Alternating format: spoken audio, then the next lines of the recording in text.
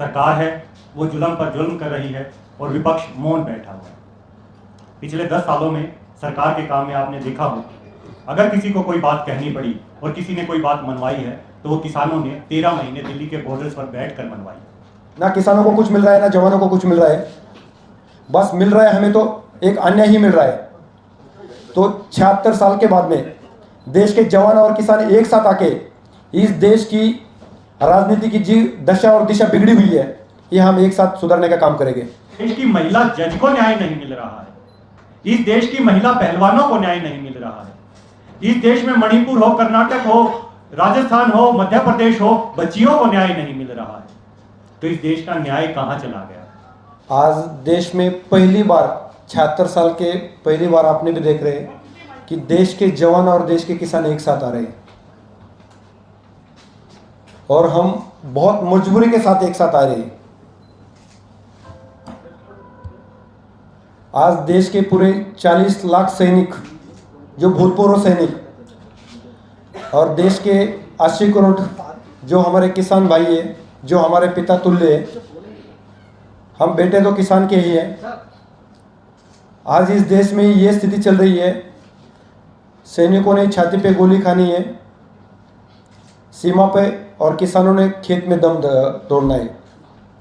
ना किसानों को कुछ मिल रहा है, ना जवानों को कुछ मिल रहा है, बस मिल रहा है हमें तो एक अन्याय ही मिल रहा है। तो 76 साल के बाद में देश के जवान और किसान एक साथ आके इस देश की राजनीति की जी दशा और दिशा बिगड़ी हुई है, ये हम एक साथ सुधारने का काम करेंगे। और मुझे विश्वास है इस चीज़ का, क्योंकि जिस दिन देश के किसान, जवान और युवा एक साथ आएंगे उस दिन देश में क्रांति आएगी और वो दिन ज़्यादा दूर नहीं है। बस आज ये पहली हम प्रेस कॉन्फ्रेंस करके मैं ऐलान करता हूँ इस देश के सभी राजनीतियों को, इन भ्रष्टाचारी, दुराचारी, अत्याचारियों, इन्होंने देश को अभी तक सिर्फ लुटाए लुटाए, कभी सैनिकों का नाम लेके, कभी किसानों का नाम लेके, कभी जाति का नाम लेके, कभी धर्म के नाम पे, पर इन्होंने कोई सही में मायने कुछ दिया नहीं है। तो अभी हिंदुस्तान को एक नया चेहरा मिलने जा रहा है जिसके ऊपर हर भारतीयों को गर्व है और विश्वास है, और वह है देश के जवान। और मैं कहना चाहूँगा, बड़े विश्वास के साथ कहना चाहूँगा, आने वाले 2024 के लोकसभा में देश के पूरे किसान और जवान एक साथ लोकसभा का इलेक्शन लड़ने जा रहे हैं, चुनाव लड़ने जा रहे हैं, और हम 543 सीट सिंगल लार्जेस्ट पार्टी भारतीय जवान किसान पार्टी से हम चुनाव लड़ने जा रहे हैं और हम इतिहास बना के दिखाएंगे इस बार। मैं तो यह कहना चाहूँगा, अभी देश के गद्दारों को मेरा एक मैसेज है कि आप सब एक साथ आ जाओ। भाजपा, कांग्रेस, राष्ट्रवादी, मनसे, सपा, बसपा, आपका टाइम आ चुका है, क्योंकि इस देश के सपूत अभी राजनीति में उतर चुके हैं। हमारे पास बाकी संसाधन कम हो, कोई हमें दिक्कत नहीं है, पर हमारे पास जिगर और मनोबल बहुत ज्यादा हाई है। इनके पास 10,000 नहीं 50,000 करोड़ का बजट है सोशल मीडिया का, हमारे पास नहीं है। पर हमने फाइनल किया इस बार, इन्होंने 1-1 करोड़ एक परिवार को दिया, तब भी हम इनको वोट नहीं करेंगे, क्योंकि इन्होंने किसानों को भी गाड़ियों के नीचे कुचला है और सैनिकों को भी अभी नई स्कीम लाके रास्ते पे खड़ा कर दिया है। रही बात अग्निवीर की, तो हम अग्निवीर योजना को जैसे ही हम पार्लियामेंट में आए तो सबसे पहले हम 3 काम करने वाले हैं। अग्निवीर योजना कंटिन्यू करने वाले हैं, समाप्ति करने वाले हैं। 15 साल तक हमारा सैनिक देश के लिए कार्य देगा। अपने देश में बहुत सारे आबादी, हम बाकी कंट्री जैसा अपने देश में नहीं है, बहुत युवा है और आज सेना बहुत तकलीफ में है। हम सेना के अधिकारी और जवान बोल नहीं पा रहे इस स्कीम के वजह से, पर जो ढांचा अच्छा बना हुआ था इन्होंने तोड़ने का काम किया और देश की सेना को कमजोर करने का काम किया इन्होंने अग्निवीर योजना से। तो पहले सरकार तो हम बनाएंगे, चाहे कोई कितना भी हमें रोकने की कोशिश किया तो हम नहीं रुक सकते अभी, क्योंकि देश का आखिरी विश्वास इस देश के सैनिकों के ऊपर। तो देश के आज हमारे पास, पूरे देश के पास 10 करोड़ सैनिकों का वोट बैंक है।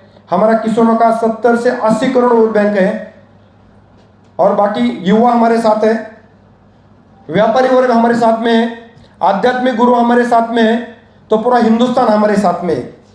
आप अभी भी जाके किसी भी हिंदुस्तानी के पास पूछो, जाके सर्वे करो कि भारतीय सेना के जवान और किसान ये आने वाले चुनाव में हमें एक साथ 2024 का चुनाव लड़ रहे हैं, आप किसको वोट डालोगे? तो आपको उस समय पता चलेगा देश का। आप जवाब ले लो पूरा देशवासियों का। तो मैं अंत में यही कहना चाहूँगा, ना भ्रष्टाचार, ना दुराचार, ना अत्याचार, अब की बार जय जवान जय किसान का सरकार हिंदुस्तान में आएगा और वो पूरे बहुमत से आएगा। बस मैं यही कहना चाहूँगा, आप भाइयों का हमें थोड़ा साथ की ज़रूरत है। प्रसार माध्यम का बहुत बड़ा योगदान है इस देश के लिए, पर मैं टू बी फ्रैंक ये कहना चाहूँगा कि आप भी आज स्वतंत्र नहीं है। आपका क्या एजेंडा है कि वो एजेंडा पहले से सेट होके आता है, क्या दिन में कौन सा एजेंडा चलाना है, क्या एजेंडा चलाना है। तो हमें प्रसार माध्यम जो लोकतंत्र का चौथा आधार स्तंभ है, उनको भी हमें फ्री करना पड़ेगा भविष्य के लिए। आज जो बुद्धिजीवी है, देश के ऊपर इन्होंने इतना कर्जा करके रखा है, तो देश का बजट 45 लाख करोड़ का जो बजट है, उस बजट का 18% मीन्स लगभग 10 लाख करोड़, 10,81,000 करोड़ रुपया हमें सिर्फ इंटरेस्ट में पे करना पड़ता है। तो महंगाई क्यों नहीं बढ़ेगी? और आप 8 दिन से देख रहे हैं कि एक कोई मंत्री या कोई एमपी थे, उनके घर में नोटों की मशीन गर्म हो गई है, नोटा गिनते गिनते। तो इन्होंने अभी तक क्या दिया देश को? भ्रष्टाचार और अत्याचार दिया। और कल जब इस देश का जज, महिला जज सुरक्षित नहीं है, वो चीफ जस्टिस ऑफ इंडिया को निवेदन दे रही है, मुझे इच्छा मृत्यु दो, तो आप हमारा क्या है? तो देश की जो न्याय व्यवस्था है उसके ऊपर कंट्रोल नहीं बचा हुआ। तो एक जज सुप्रीम कोर्ट के चीफ जस्टिस को एक मांग रहे, न्याय की भीख मांग रहे, तो हम सर्वसामान्य क्या करें? आज इन्हें, इन भ्रष्टाचारी नेताओं ने सबसे अपने को गिफ्ट क्या दिया है कि लगभग 11 लाख करोड़ का कर्जा इंटरेस्ट हम पे रहे। मुझे आपने इकोनॉमी के 3 पट 150 लाख करोड़ का अपने ऊपर कर्जा करके रखा हुआ है, उसके ऊपर इंटरेस्ट में इतना पैसा अपने को हिंदुस्तान को देना पड़ रहा है। जब वो देश में रहता पैसा, तो आज हमें इतना पेट्रोल डीजल और महंगा नहीं करना पड़ता। हम किसानों को मूलभूत सुविधा दे सकते, हम अच्छा शिक्षा दे सकते थे, हम अच्छा आरोग्य दे सकते थे। जब मैंने अपना बजट देखा ना, तो बजट के बाद सबसे ज्यादा जो पार्ट है वो अपना इंटरेस्ट में जा रहा है। और मैं दुख के साथ कहना चाहूंगा, निर्भया का जो हुआ था, 10-12 साल पहले जो घटना हुई थी, कल परसों ही घटना राजस्थान में हो चुकी है। पिछले वीक में 2 महिलाओं का रेप किया गया चलती बस में, नहीं दिखाया, कहीं आया ही नहीं ये चीज। तो ये सोशल मीडिया के माध्यम से हमारे पास तक पहुंच गया ये चीज। जो यूपी के जस्टिस थे वो महिला ही है, उनकी भी चीज हमें सोशल मीडिया के माध्यम से पहुंची है। तो मैं सभी भाइयों को, मीडिया भाइयों को कहना चाहूंगा, आप हमारे साथ में खड़े हो जाए। इस हिंदुस्तान को सुजलाम सुफलाम और शांति प्रिय देश बनाने का वादा 140 करोड़ जनता के सामने ये देश का सैनिक ले रहा हूं, और इसके लिए मेरे पूरे देश के सैनिक, जवान, किसान मेरे साथ में है। मैं यही कहना चाहूंगा, एक बार फिर इन सब गद्दारों को मैं चुनौती देना चाहूंगा। भाजपा, कांग्रेस, एनडीए और इंडिया, तुम्हारे लिए हम आ गए। थर्ड अलायंस आ रहा है हिंदुस्तान का, जो जनता का अलायंस है, जिसके अंदर सैनिक, किसान, मजदूर, महिला, व्यापारी वर्ग और पूरी जनता रहेगी उसके अंदर में। तो ये देश का तीसरा अलायंस है, जो एनडीए और इंडिया और भ्रष्टाचारी और दुराचारी के साथ में हम लड़ेंगे, और देश में एक नया रिकॉर्ड कायम करने के लिए हम काम करेंगे। और मुझे पूरी आशा है कि आप लोग हमें सहयोग करोगे। धन्यवाद। सरकार है वो जुल्म पर जुल्म कर रही है और विपक्ष मौन बैठा हुआ है। पिछले 10 सालों में सरकार के काम में आपने देखा हो, अगर किसी को कोई बात कहनी पड़ी और किसी ने कोई बात मनवाई है, तो वो किसानों ने 13 महीने दिल्ली के बॉर्डर्स पर बैठकर मनवाई। एक सिर्फ छोटी सी बात काले कानून वापसी की बात थी, वो किसानों को नहीं चाहिए थी। उस बात को मनवाने के लिए 13 महीने किसानों को बैठना पड़ा और इस देश के 700 से ज्यादा किसान शहीद हो गए। वो शहीद इस देश के किसान थे। पुलवामा में उसी किसान का बेटा जवान शहीद हो गया, लेकिन आज तक उसकी इंक्वायरी नहीं हुई है कि वो क्या से और कहां से वो RDX आया है। आज देश में महिलाएं सुरक्षित नहीं है। मेरे से पहले मेरे भाई नारायण अंकुश जी ने बड़े अच्छे से बताया, जब इस देश की महिला जज को न्याय नहीं मिल रहा है, इस देश की महिला पहलवानों को न्याय नहीं मिल रहा है, इस देश में मणिपुर हो, कर्नाटक हो, राजस्थान हो, मध्य प्रदेश हो, बच्चियों को न्याय नहीं मिल रहा है, तो इस देश का न्याय कहां चला गया? आज देश भरोसा करे तो किस पर करे? भाई सरकार है, सरकार गलत कानून ले आई, कोई बात नहीं, अध्यादेश से ले आई, विपक्ष बैठा था। विपक्ष कहां था? क्या हर बात को मनवाने के लिए जनता को सड़कों पर आना पड़ेगा क्या? अग्निवीर की एक ऐसी योजना लाई गई जिससे पूरे देश का युवा बर्बाद हो रहा है। युवा ने सुबह भर्ती में रेस मारनी छोड़ दी है, देश को नशे की तरफ धकेला जा रहा है। क्या इस देश के युवा को हम रोजगार नहीं दे सकते? हमारे भाई ने, अंकुश जी ने बड़े अच्छे से बताया और मैं कह रहा हूं, इस देश में कॉटेज इंडस्ट्री से हर युवा को रोजगार दिया जा सकता है। आज देश में हालात ऐसे हैं, सुबह उठते हैं तो सबसे पहले शहर हो, गांव हो, इंसान घूमने जाता है, खेत की तरफ जाता है, वहां कुछ नहीं है।